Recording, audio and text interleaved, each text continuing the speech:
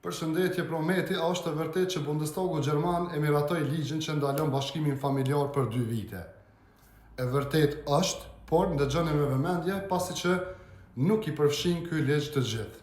Tash ja shpjegoj se cilat kategori. Ky ligj i përfshin dikon rreth 400.000 njerëz të cilët janë në këtë kategori të këtij ligji, për kam bëhet fjalë? Bëhet fjalë për ata njerëz që kanë ardhur këtu, kanë kërku azil për mbrojtje, që jetë atyre është në rrezik në vendin dhe nuk kthehen, nuk e kanë fitu azil të plot, por thjesht ju ka dhënë drejtja për mbrojtje këto, derisa të shqetësohet atje.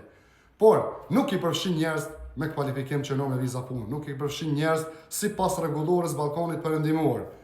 Nuk e përfshin asnjë që vjen si punëtor, as me blu card, as një lloj vize të tillë, nuk janë ndalën bashkimin familjar. Ky bëhet fjalë për ata që janë azil. Ka një numër i vogël që janë edhe shqiptarë në mesin e këtyre, që janë këto që është rrezik kishe për ta mu kthy atje në vendin që po e marr si shembull.